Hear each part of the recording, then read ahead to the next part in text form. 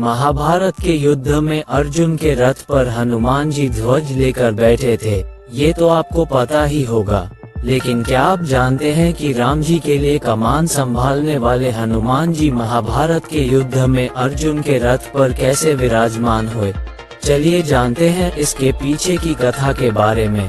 त्रेता युग से ही राम जी का नाम लेकर हनुमान जी चिरंजीवी रहे और ऐसे में एक दिन रामेश्वरम के पास उनकी भेंट अर्जुन से हो गई। अर्जुन को अपने धनुर्धारी होने पर बड़ा घमंड था।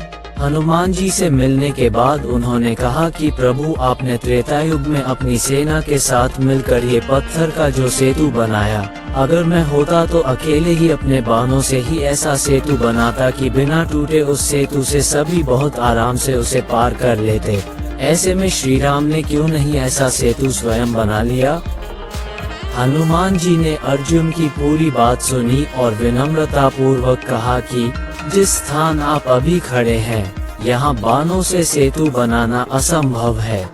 ऐसा सेतु मेरी सेना का वजन क्या, मेरा ही वजन नहीं संभाल पाती। इस पर अर्जुन ने हनुमान जी को चुनौती दी कि अगर उन्होंने बाणों से ऐसा सेतु बना दिया जिसमें हनुमान जी 3 कदम चल पाए तो फिर हनुमान जी को अग्नि में प्रवेश करना होगा, और अगर हनुमान जी के चलने से पुल टूट गया तो फिर अर्जुन अग्नि में प्रवेश कर जाएंगे। हनुमान जी ने अर्जुन की चुनौती स्वीकार कर ली। इसके बाद अर्जुन ने उनके सामने ही एक सरोवर में बाणों का सेतु बनाकर तैयार कर दिया।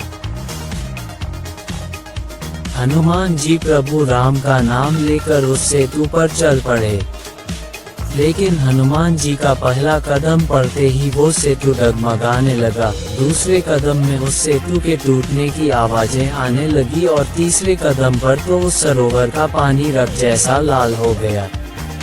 लेकिन अर्जुन के कहेनुसार हनुमान जी सेतु पर 3 कदम चल चुके थे और अब उनके अग्नि में प्रवेश करने का समय आ गया था। जैसे ही वो अग्नि में प्रवेश करने वाले थे, वैसे ही वहां पर श्री कृष्ण अवतरित हुए।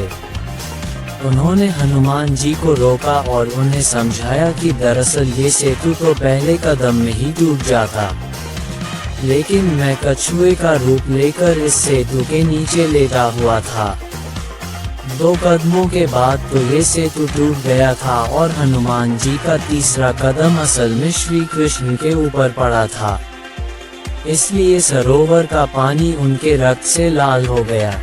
ये जानकर हनुमान जी को बहुत ही ग्लानि महसूस हुई और उन्होंने क्षमा मांगते हुए उनसे अपने पाप का प्रायश्चित करने का उपाय मांगा। अर्जुन भी ये सब जानकर निराश हो गए और दोनों ने भगवान से क्षमा मांगी।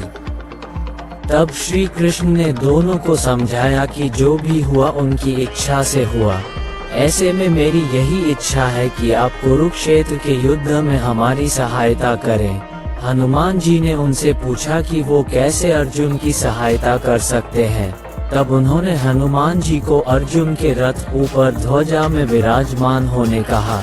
ऐसा करने से विरोधियों के बाण रथ पर लगे भी तो वो हनुमान के वजन के कारण पीछे नहीं जाएगा और अर्जुन को आगे बढ़ने से कोई नहीं रोक पाएगा।